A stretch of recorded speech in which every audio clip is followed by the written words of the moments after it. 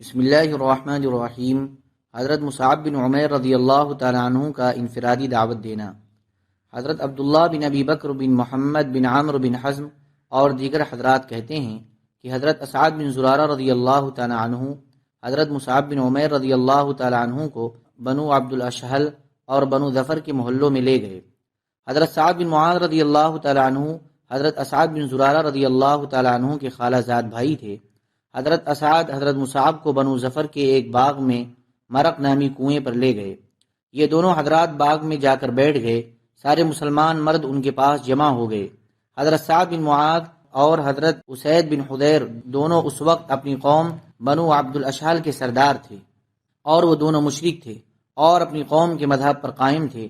ان دونوں نے جب حضرت مصعب اور حضرت اسعد کے باغ میں مجلس لگانے کی خبر سنی، حضرت سعد نے حضرت اسید سے کہا، تیرا باپ نہ رہے، تم ان دونوں آدمیوں کے پاس جاؤ جنہوں نے ہمارے محلوں میں آ کر ہمارے کمزوروں کو بیوقوف بنانا شروع کر دیا ہے، انہیں ڈانٹو اور انہیں ہمارے محلوں میں آنے سے روک دو۔ اگر اسعد بن زرارہ کا مجھ سے قریبی رشتہ نہ ہوتا جیسے کہ تمہیں معلوم ہے تو یہ کام میں خود ہی کر لیتا، تمہیں نہ بھیجتا۔ وہ میرا خالہ زاد بھائی ہے، ان کے پاس جانے کی مجھ میں ہمت نہیں۔ چنانچہ حضرت اسید بن حضیر اپنا نیزہ لے کر ان دونوں کے پاس گئے۔ جب حضرت اسعد بن زرارہ نے حضرت اسید کو آتے ہوئے دیکھا تو انہوں نے حضرت مصعب سے کہا، یہ اپنی قوم کا سردار ہے اور تمہارے پاس آ رہا ہے، تم ان کے ساتھ اخلاص سے بات کرو اور جتنا زور لگا سکتے ہو لگا دو۔ حضرت مصعب نے کہا، اگر یہ بیٹھ گئے تو میں ان سے بات کروں گا۔ چنانچہ حضرت اسید بن حضیر کھڑے ہو کر ان دونوں کو گالیاں دینے لگے اور یوں کہا، تم ہمارے پاس کس لیے آئے ہو؟ ہمارے کمزوروں کو بیوقوف بنانا چاہتے ہو؟ اگر تمہیں اپنی جان پیاری ہو تو تم دونوں ہمارے یہاں سے چلے جاؤ۔ ان سے حضرت مصعب نے کہا، ذرا بیٹھ جاؤ، کچھ ہماری بھی تو سن لو۔ اگر ہماری بات تمہیں پسند آ جائے تو تم مان لینا، اور اگر پسند نہ آئے تو ہم آپ کی ناپسندیدہ بات سے رک جائیں گے۔ حضرت اسید نے کہا، تم نے انصاف کی بات کہی ہے۔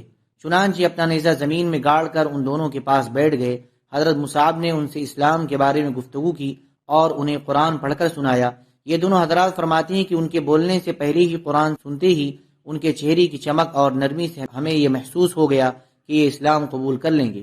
چنانچہ انہوں نے کہا کہ یہ دین اسلام کتنا اچھا اور کتنا خوبصورت ہے، جب تم اس دین میں داخل ہونا چاہتے ہو تو کیا کرتے ہو؟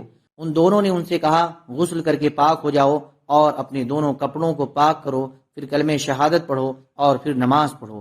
چنانچہ انہوں نے کھڑے ہو کر غسل کیا اور اپنے دونوں کپڑے پاک کیے اور کلمہ شہادت پڑھا اور پھر کھڑے ہو کر 2 رکعت نماز پڑھی۔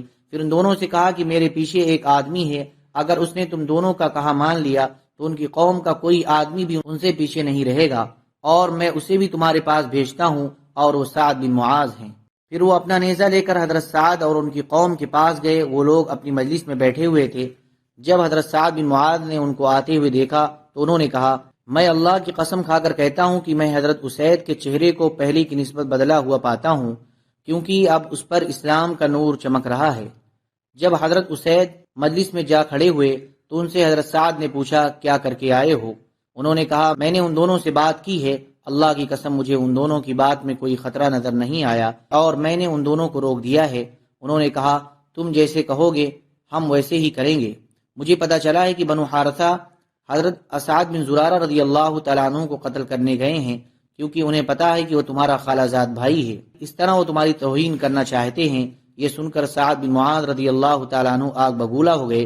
وہ بڑی تیزی سے چلے، انہیں ڈر تھا کہ بنو حارثہ کہیں کچھ کر نہ گزرے، اور نیزہ ہاتھ میں لے کر چل پڑے اور یوں کہا، ارے تم نے تو کچھ بھی نہیں کیا۔ حضرت سعد نے وہاں جا کر جب دیکھا کہ وہ دونوں حضرات اطمینان سے بیٹھے ہوئے ہیں تو سمجھ گئے کہ حضرت اسید نے یہ بات اس لیے کہی تھی تاکہ میں بھی ان دونوں کی بات سن لوں۔ انہوں نے بھی کھڑے ہو کر ان دونوں کو گالیاں دینی شروع کی اور پھر حضرت اسعد بن زرارہ کو کہا، اللہ کی قسم اے ابو امامہ، اگر میرے اور تمہارے درمیان رشتہ داری نہ ہوتی تو تم اس طرح کرنے کو سوچ بھی نہ سکتے۔ تم ہمارے محلے میں وہ چیز لانا چاہتے ہو جسے ہم برا سمجھتے ہیں۔ ان کو آتا ہوا دیکھ کر حضرت اسعد نے حضرت مصعب سے کہہ دیا تھا کہ آپ کے پاس ایسا بڑا سردار آ رہا ہے جس کے پیچھے ایسی ماننے والی قوم ہے کہ اگر انہوں نے آپ کا کہا مان لیا تو ان کی قوم کے 2 آدمی بھی کہا ماننے سے پیچھے نہیں رہیں گے۔ حضرت مصعب نے حضرت سعد بن معاذ سے کہا، ذرا بیٹھ جاؤ، کچھ ہماری بھی سن لو۔ اگر ہماری بات پسند آ جائے اور دل چاہے تو مان لینا، اور اگر پسند نہ آئے تو ہم آپ کی ناپسندیدہ بات کو چھوڑ دیں گے۔ حضرت سعد نے کہا آپ نے انصاف کی بات کہی ہے، پھر نیزہ گاڑ کر بیٹھ گئے۔ حضرت مصعب نے ان پر اسلام پیش کیا اور انہیں قرآن پڑھ کر سنایا۔ سبحان ربک رب العزة عما یصفون وسلام علی المرسلین والحمد للہ رب العالمین۔